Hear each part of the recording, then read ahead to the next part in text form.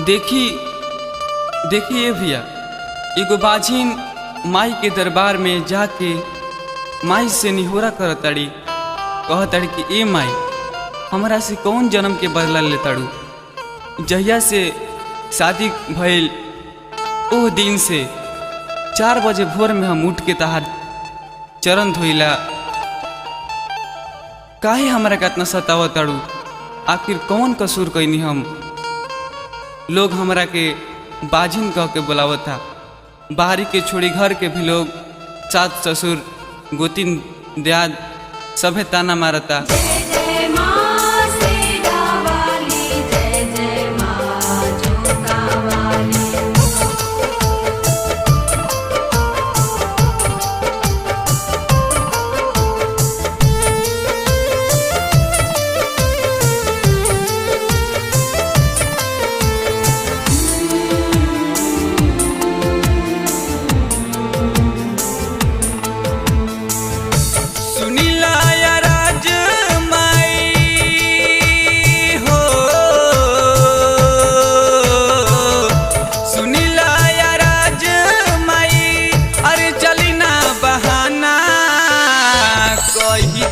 बजिनिया गोतिन मारताना, काहे के बजिनिया गोतिन मारताना।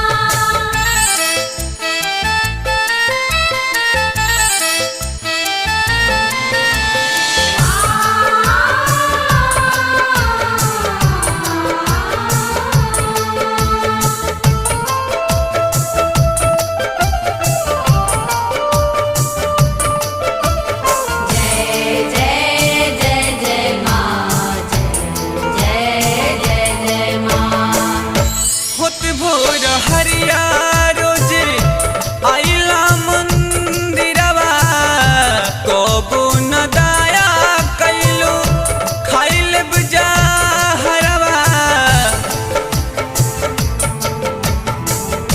होत भोर हरिया रोजे आइला मंदिरवा, कबो न दाया कैलो खाइल बजा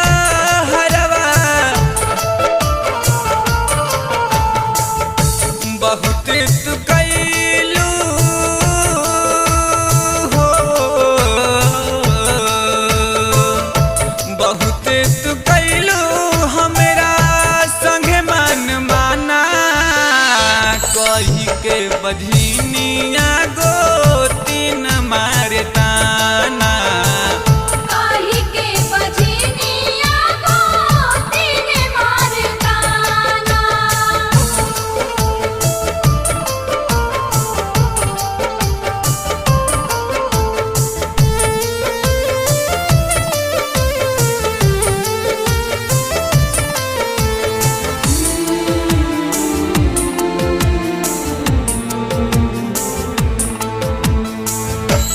भी तुहसे मांगल आघा गईले सबही, तोरी विश्वास के टूटल नइखे अबही।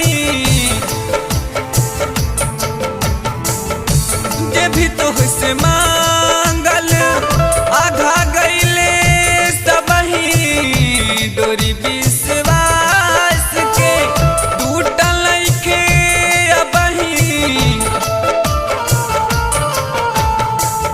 देखावत अंजनी